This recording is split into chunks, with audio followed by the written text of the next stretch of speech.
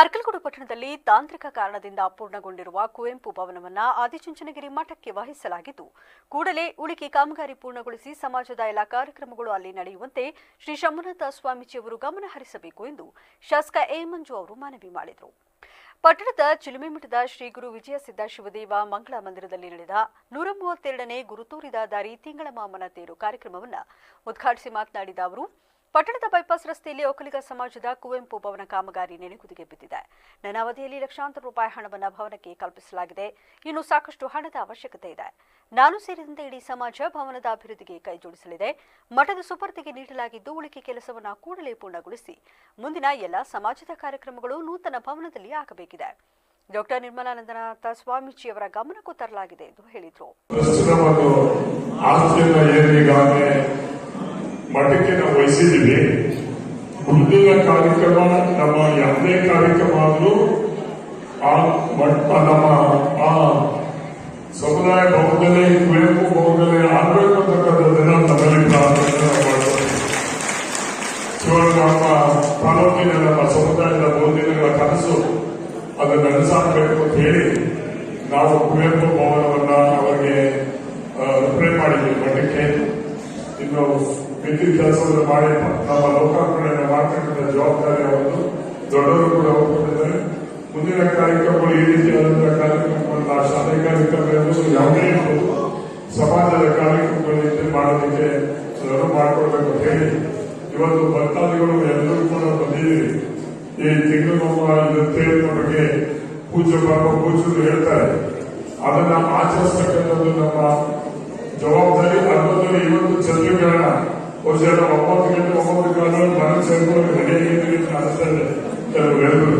ಅವ್ರು ನಾವು ಇರ್ತೀರಾ ಹೌದಾ, ಅದಕ್ಕೆ ಜಲ್ದಿ ಕಾರ್ಯಕ್ರಮ ಮುಗಿಲಿ ಅಂತೇಳಿ ನೀವೆಲ್ಲರೂ ಬಂದಿದ್ದಕ್ಕೆ ನಾನು ಸ್ವಾಮೀಜಿಯ ಪರವಾಗಿ ವೈಯಕ್ತಿಕವಾಗಿ ತಾಲೂಕಿನ ಜನತೆ ಪರವಾಗಿ ಧನ್ಯವಾದಗಳು ಸಂದರ್ಭದಲ್ಲಿ.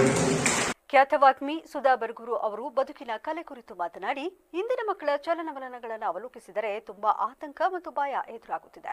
ಇದಕ್ಕೆ ಇಂದಿನ ಶಿಕ್ಷಣ ಪದ್ಧತಿಯೋ, ಮನೆಯಲ್ಲಿನ ಪೋಷಕರ ನಿರ್ಲಕ್ಷ್ಯತೆಯೋ ಹಾಗೂ ಸಮಾಜದ ದೃಷ್ಟಿಕೋನವೋ ಎಂಬುವ ಪ್ರಶ್ನೆ ಕಾಡುತ್ತಿದೆ. ಮಕ್ಕಳೇ ಮುಂದಿನ ಭವಿಷ್ಯದ ಪ್ರಜೆಗಳು ಎಂದು ಕರೆಯುವ ಸಂದರ್ಭದಲ್ಲಿ ಪಾಠ ಹೇಳುವ ಮೇಷ್ಟ್ರು, ಮನೆಯ ಮೊದಲ ಗುರುಗಳಾದ ತಂದೆ ತಾಯಿಗಳು ಮಕ್ಕಳಿಗೆ ಸಮಾಜದ ಅಭ್ಯುದಯಕ್ಕೆ ಉತ್ತೇಜಿತವಾದ ಸಂಸ್ಕಾರಗಳನ್ನು ಕಲಿಸಬೇಕಿದೆ ಎಂದರು.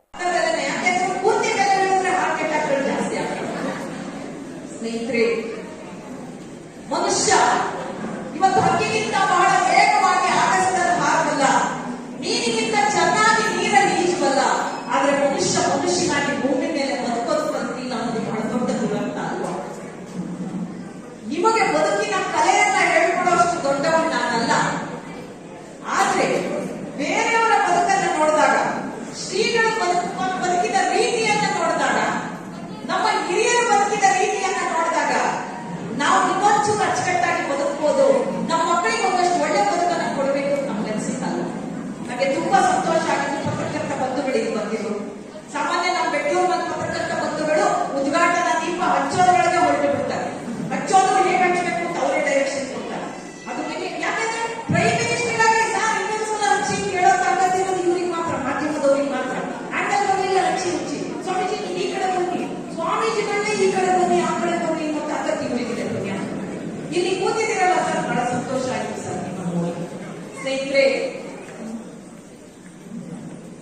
ನಾವೆಲ್ಲ ಕನ್ನಡ ಮಾಧ್ಯಮ ಶಾಲೆ ಓದ್ಕೊಂಡ್ಬರ್ತೀವಿ, ಸರ್ಕಾರಿ ಶಾಲೆ ಓದ್ತೀವಿ. ಹಾಸನ ಮತ್ತು ಕೊಡಗು ಶಾಖಾ ಮಠದ ಶ್ರೀ ಶಂಭುನಾಥ ಸ್ವಾಮೀಜಿ ಆಶೀರ್ವಚನ ನೀಡಿ ಇಂದು ನಡೆಯುತ್ತಿರುವ 132ನೇ ತಿಂಗಳ ಮಾಮನ ತೇರು ಅತ್ಯಂತ ವಿಶೇಷತೆಯಿಂದ ಕೂಡಿದೆ.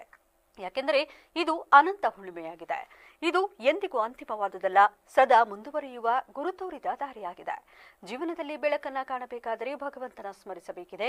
ಆದರೆ ನಾವು ಅಜ್ಞಾನದಿಂದ ಕೂಡಿ ಬದುಕಿನಲ್ಲಿ ಜ್ಞಾನದ ಬೆಳಕನ್ನ ಕಂಡುಕೊಳ್ಳದೆ ಅಜ್ಞಾನಿಗಳಾಗಿದ್ದೇವೆ. ಜೀವನದಲ್ಲಿ ದೀರ್ಘಕಾಲ ಬಾಳುವುದನ್ನು ಎಲ್ಲರೂ ಕಲಿಯಬೇಕಿದೆ ಎಂದರು. ಜೀವನದಲ್ಲಿ ಬೆಳಕನ್ನ ಕಾಣಬೇಕಾದ್ರೆ ಭಗವಂತ ಎಲ್ಲವೂ ಕೂಡ ಅವಕಾಶಗಳನ್ನ ಮಾಡಿರ್ತಾನೆ.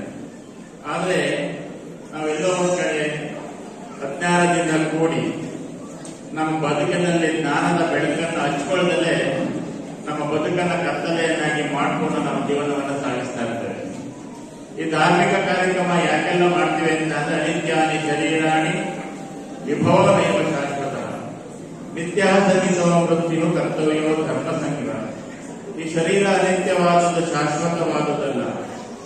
ನಿತ್ಯಾಸನಿತೋ ಮೃತ್ಯು, ಪ್ರತಿದಿನ ಪ್ರತಿ ಕ್ಷಣ ಸಾವನ್ನತ್ರ ಹೋಗ್ತಾ ಇರ್ತೀವಿ ನಾವು. ಅಷ್ಟೊಳಗಡೆ ಏನ್ ಮಾಡೋ ಅಂತ ಹೇಳ್ತಾರೆ, ಕರ್ತವ್ಯೋ ಧರ್ಮ ಸಂಗ್ರಹ. ಕಾರ್ಯಕ್ರಮದಲ್ಲಿ ಕಾಂಗ್ರೆಸ್ ಮುಖಂಡ ಶ್ರೀಧರ್ ಗೌಡ, ಸ್ವಸ್ಥ ಸಮಾಜ ನಿರ್ಮಾಣ ವೇದಿಕೆ ಅಧ್ಯಕ್ಷ ಪ್ರದೀಪ್ ರಾಮಸ್ವಾಮಿ, ಬೆಮ್ಮತಿ ಸುರೇಶ್, ರಶ್ಮಿ ಮೊಗಣ್ಣ, ಪ್ರಾಂಶುಪಾಲ ಮಾಹೇಶ್ ಸೇರಿದಂತೆ ಇತರರು ಉಪಸ್ಥಿತರಿದ್ದರು.